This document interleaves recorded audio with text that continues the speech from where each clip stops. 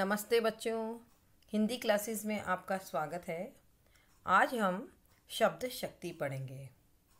सबसे पहले शब्द शक्ति का हम आशय समझते हैं। देखिए, शब्द किसे कहेंगे? एक से अधिक वर्णों के सार्थक समूह को हम शब्द कहते हैं, किंतु शब्द का अर्थ उसके प्रयोग पर निर्भर होता है। किसी शब्द में छिपे हुए उसका अर्थ का बोध कराने वाली शक्ति शब्द शक्ति कहलाती है। देखिए, हर शब्द के अंदर उसका कोई ना कोई अर्थ छिपा होता है और उस छिपे हुए अर्थ का बोध कराने वाली जो शक्ति होती है वही शब्द शक्ति कहलाती है। शब्द शक्ति 3 प्रकार की होती है: अभिधा शब्द शक्ति, लक्षणा शब्द शक्ति और व्यंजना शब्द शक्ति। सबसे पहले हम पढ़ेंगे अभिधा शब्द शक्ति। अभिधा शब्द शक्ति किसे कहेंगे, पहले उसका आशय समझ लेते हैं। किसी शब्द के सामान्य अर्थ का बोध कराने वाली शक्ति अभिधा होती है। अभिधा शब्द शक्ति से जिस अर्थ का बोध होता है उसे अन्य अनेकों नामों से जाना जाता है, जैसे सामान्य अर्थ, साधारण धर्म, मुख्य अर्थ, वाच्यार्थ आदि। यानी कि अभिधा शब्द शक्ति से निकलने वाला अर्थ जो है वह वाच्यार्थ कहलाता है, या इसको मुख्य अर्थ भी कह सकते हैं, या साधारण अर्थ भी कह सकते हैं, या सामान्य अर्थ भी कह सकते हैं। कहने का आशय यह है, अभिधा शब्द शक्ति कहाँ पर होगी? तो जो वाक्य में बात लिखी है वही होती है, उसका अर्थ वही होता है, उससे संबंधित अर्थ हमें नहीं निकलना होता है। यानी सामान्य अर्थ का बोध कराने वाली शक्ति होती है। जो लिखा है वही उसका अर्थ होता है, तो अभिधा शब्द शक्ति कहलाती है। जैसे उसके हार के मोती कीमती हैं, अब जो लिखा है वही उसका अर्थ है। शेर जंगल का राजा है। जैसे और अपन देख लेते हैं, अधिक वर्षा के कारण नगर में पानी पानी हो गया। वर्षा बहुत अधिक हुई इसलिए नगर में जगह जगह पानी पानी हो गया। जो लिखा है वही उसका अर्थ होता है। तो सामान्य अर्थ का जहाँ बोध होता है वहाँ पर शब्द शक्ति होती है अभिधा। ठीक है, अब हम देखते हैं दूसरी शब्द शक्ति है लक्षणा शब्द शक्ति। किसी शब्द के सामान्य अर्थ को छोड़कर उसके संबंधित अर्थ का बोध कराने वाली शब्द शक्ति लक्षणा शब्द शक्ति कहलाती है। देखिए, इसमें जो भी अर्थ निकलता वो उस चीज का लक्षण प्रकट करता है। लक्षण का अर्थ होता है विशेषता। लक्षणा शब्द शक्ति से निकलने वाला अर्थ लक्ष्यार्थ कहलाता है। जैसे अभिधा शब्द शक्ति से निकलने वाला अर्थ वाच्यार्थ कहलाता था, लक्षणा शब्द शक्ति से निकलने वाला अर्थ लक्ष्यार्थ कहलाता है। ये किसी न किसी लक्षण को प्रकट करती है, विशेषता को प्रकट करती है। जो वाक्य में लिखा है वह उसका अर्थ नहीं होता है, उससे संबंधित अर्थ हमको निकालना पड़ता है, तो वहाँ पर होती है लक्षणा शब्द शक्ति। जैसे राजस्थान जाग उठा। अब राजस्थान कोई इंसान नहीं है जो जाग उठेगा, यानी राजस्थान में रहने वाले लोग जागृत हो गए। लाला लाजपत राय पंजाब के शेर थे, यानी यहाँ वाकई में वो शेर नहीं थे, इससे संबंधित अर्थ हमने निकाला। लाला लाजपत राय पंजाब के शेर थे, यानी बहादुर व्यक्ति थे। व्यक्ति जीवन भर अनेकों पर्वत पार करता है, तो इससे संबंधित अब जीवन भर अनेकों पर्वत पार करना, यहाँ संबंधित अर्थ निकल रहा है कि व्यक्ति जो है अपने जीवन में कई कठिनाइयों को जूझता हुआ आगे बढ़ता है, तो संबंधित अर्थ हम निकालना पड़ता है। जैसे रमा नीरी गाय है। अब रमा गाय तो हो नहीं सकती, रमा गाय के समान स्वभाव वाली है, सीधी सादी भोली भाली। तो रमा जो है गाय के समान सीधे सादी स्वभाव वाली है। तो जो लिखा होता है वह उसका अर्थ नहीं होता है, उससे संबंधित अर्थ हमको निकालना पड़ता है। वहाँ पर लक्षणा शब्द शक्ति होती है, और लक्षणा शब्द शक्ति से निकलने वाला अर्थ लक्ष्यार्थ कहलाता है। अब हम लक्षणा शब्द शक्ति की पहचान देख लेते हैं। सबसे पहला देखिए आप, अर्थ की दृष्टि से जब वाक्य पढ़ने में अशुद्ध सा लगे तो उसमें हमेशा लक्षणा शब्द शक्ति होती है। दूसरी पहचान देखिए, जब वाक्य में तुलनावाची शब्दों का प्रयोग किया गया हो तो उसमें हमेशा लक्षणा शब्द शक्ति होती है। दो चीज़ों में तुलना की गई हो तो वहाँ पर हमेशा लक्षणा शब्द शक्ति होती है।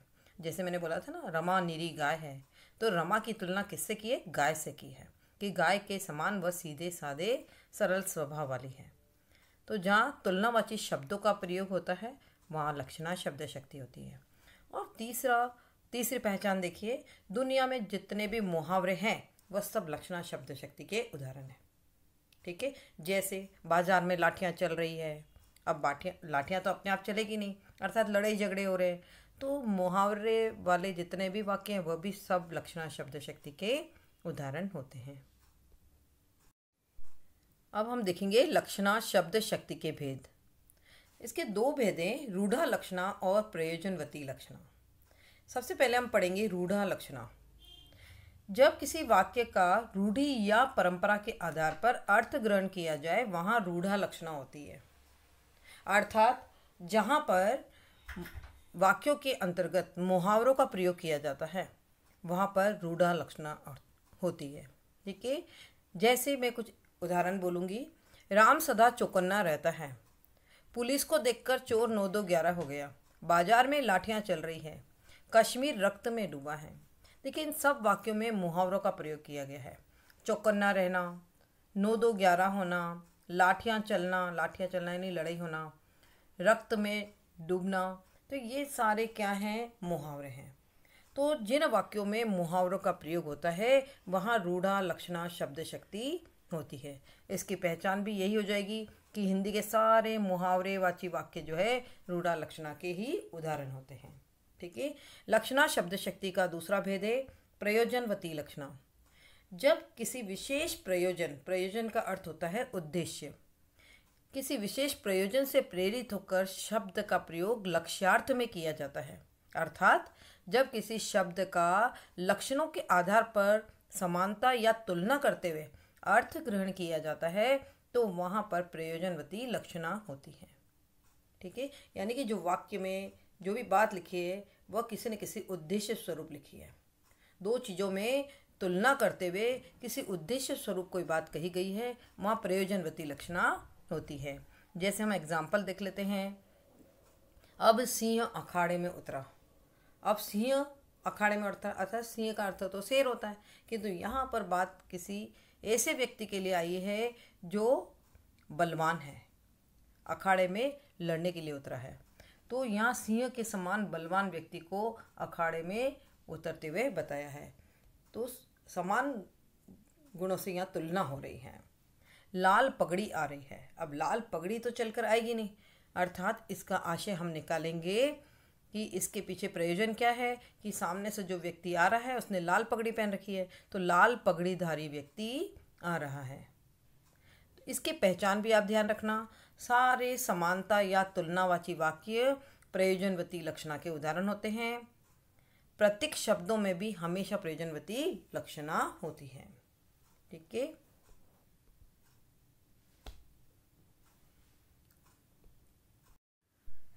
शब्द शक्ति का तीसरा भेद है व्यंजना शब्द शक्ति। जब किसी शब्द के सामान्य तथा संबंधित अर्थ का निषेध करते हुए केवल विशेष अर्थ का बोध किया जाता है तो वहाँ व्यंजना शब्द शक्ति होती है। यानी किसी वाक्य के सामान्य अर्थ को और उससे संबंधित अर्थ को छोड़कर जो किसी विशेष अर्थ का बोध कराती है वह शक्ति जो है व्यंजना शब्द शक्ति कहलाती है। व्यंजना शब्द शक्ति से निकलने वाला अर्थ व्यंग्यार्थ कहलाता है। एक बात आप ध्यान रखना कि पंक्तियों में या तो बात व्यंग में कही जाती है या एक ही वाक्य के एक से अधिक अर्थ निकलते हैं, वहाँ पर व्यंजना शब्द शक्ति होती है। जैसे पुजारी ने कहा अरे संध्या हो गई। अब देखो, पुजारी ने जिससे कहा था कि अरे संध्या हो गई, सुनने वाला थर्ड पर्सन जो है वह उसके कई अर्थ निकालेगा। तो एक वाक्य के कई अर्थ निकले वहाँ पर भी व्यंजना होती है, और बात यदि व्यंग में कही जाए तब भी व्यंजना होती है। कंडक्टर ने कहा आगरा आगरा आगरा, है ना। अब इसके भी कई अर्थ निकल सकते हैं। कंडक्टर ने बस में खड़ा है, चिल्ला रहा है आगरा आगरा आगरा, यानी आगरा आ गया, उतरो उतरो, या फिर ये गाड़ी आगरा जा रही है। तो इसके कई अर्थ निकल सकते हैं। माँ ने पुत्र से कहा अभी तो प्रातः के 10 ही बजे हैं, सोए रहो। अब माँ ने पुत्र को व्यंग में कहा है कि अभी तो सुबह के 10 ही बजे, सोए रहो, है ना, जल्दी क्या है।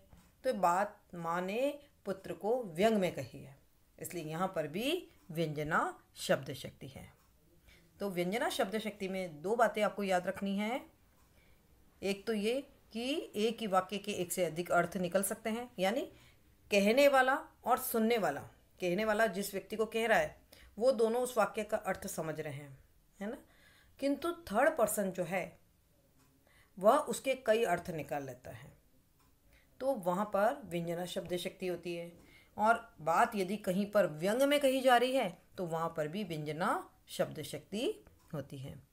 इसकी पहचान आप ध्यान रखना, वाक्य में कोई बात व्यंग में कही जाए या एक ही वाक्य के अन्य व्यक्ति द्वारा एक से अधिक अर्थ निकाले जाए, वहाँ पर व्यंजना शब्द शक्ति होती है। ठीक है, व्यंजना शब्द शक्ति के भेद। व्यंजना शब्द शक्ति के दो भेद हैं। पहला है शाब्दी व्यंजना और दूसरा है आर्थी व्यंजना। शाब्दी व्यंजना हम देखते हैं पहले, वाक्य में प्रयुक्त व्यंग्यार्थ जब किसी शब्द विशेष के प्रयोग पर निर्भर करता है, अर्थात उस शब्द के हटाने पर या उसके स्थान पर उसके किसी पर्यायवाची शब्द के रखने पर व्यंजना समाप्त हो जाती है, वहाँ पर शाब्दी व्यंजना होती है। अर्थात वाक्य के अंदर कोई एक शब्द विशेष होता है, उसके जगह पर हम उसका पर्याय नहीं रख सकते हैं, पर्यायवाची शब्द उसकी जगह रख दिया तो वहाँ पर व्यंजना शब्द शक्ति का अर्थ समाप्त हो जाता है ना। तो हम किसी भी शब्द की जगह उसका पर्याय नहीं रख सकते हैं, नहीं तो वहाँ पर व्यंजना समाप्त हो जाती है, इसलिए वहाँ पर शाब्दी व्यंजना होती है। ठीक है, जैसे मैं एग्जाम्पल के द्वारा आपको बताती हूँ। पहला है, सभी पुष्पों में कमल तो कमल है। अब देखिए यहाँ पे कमल शब्द पहले वाला तो पुष्प के लिए आ रहा है, दूसरा कमल का अर्थ सुंदर से आ रहा है ना। तो सभी पुष्पों में कमल का पुष्प जो है सबसे सुंदर पुष्प है। अब मैं दूसरे कमल की जगह उसका पर्याय यदि रख देती हूँ, जैसे मानो पंकज रख देती हूँ, तो उसका वहाँ पर व्यंजना समाप्त हो जाएगी। तो हम ऐसा नहीं कर सकते कि सभी पुष्पों में कमल तो पंकज है, उसका कोई अर्थ नहीं रह जाएगा, तो वहाँ की व्यंजना समाप्त हो जाएगी। तो मैंने आपको बताया था कोई एक शब्द विशेष होता है, उसकी जगह उसका पर्याय नहीं रखा जा सकता है। यहाँ दूसरे कमल का अर्थ सुंदरता से लिया है, तो सभी पुष्पों में कमल तो सबसे सुंदर पुष्प है, तो उसकी जगह दूसरे कमल की जगह हम उसका पर्यायवाची शब्द नहीं रख सकते हैं। रख दिया तो व्यंजना समाप्त हो जाएगी। इसी तरह से आप दूसरा एग्जाम्पल देखिए, पानी गए न उबरे मोती मानुष चुन। अब यहाँ पानी शब्द मोती के साथ भी इसका अर्थ निकल रहा है, मनुष्य के साथ भी निकल रहा है, चूने के साथ भी निकल रहा है। पानी, जैसे पानी के तीन अर्थ हैं, पानी का अर्थ चमक भी है, पानी का अर्थ इज्जत भी है और पानी का अर्थ जल भी है। मोती के साथ जैसे अर्थ निकल रहा है कि बिना चमक के मोती का कोई मूल्य नहीं। पानी का अर्थ मनुष्य के साथ निकल रहा है, बिना इज्जत के मनुष्य का कोई महत्व नहीं। चूने के साथ पानी का अर्थ निकल रहा है कि बिना जल के चूना घुल नहीं सकता। यदि मैं ये पानी शब्द जो है एक विशेष शब्द है, इसकी जगह पर मैं उसका पर्याय नहीं रख सकती हूँ, और यदि मैंने पर्यायवाची शब्द रख दिया उसका तो वहाँ पर व्यंजना समाप्त हो जाएगी। यदि मैं पानी की जगह जल रख देती हूँ, जल गए न उबरे मोती मानुष चुन, तो जल के अर्थ चमक नहीं होगा, ठीक है ना। जल का अर्थ इज्जत नहीं होगा, पानी का अर्थ इज्जत होगा, पानी का अर्थ चमक होगा, पानी का अर्थ जल होगा, किंतु यहाँ पर पानी की जगह पर हम उसका पर्याय नहीं रख सकते हैं, और पर्यायवाची शब्द रख दिया तो वहाँ व्यंजना समाप्त हो जाती है। तो कहने का आशय यह हुआ है कि शाब्दी व्यंजना के अंतर्गत वाक्यों में कोई एक शब्द विशेष होता है, उसकी जगह उसका पर्याय नहीं रखा जा सकता है, तो शाब्दी व्यंजना कहलाती है। दूसरी हम देखते हैं आर्थी व्यंजना। आर्थी व्यंजना, जब व्यंजना किसी शब्द विशेष पर निर्भर न होकर पूर्णतः अर्थ पर निर्भर हो, अर्थात किसी शब्द का पर्यायवाची रख देने पर भी व्यंजना बनी रहे, तो वहाँ आर्थी व्यंजना होती है। आर्थी व्यंजना का केंद्र बिंदु अर्थ होता है। जब अर्थ सामान्य रूप से प्रयुक्त न होकर अन्य अर्थ प्रतीत कराने लगे, वहाँ आर्थी व्यंजना होती है।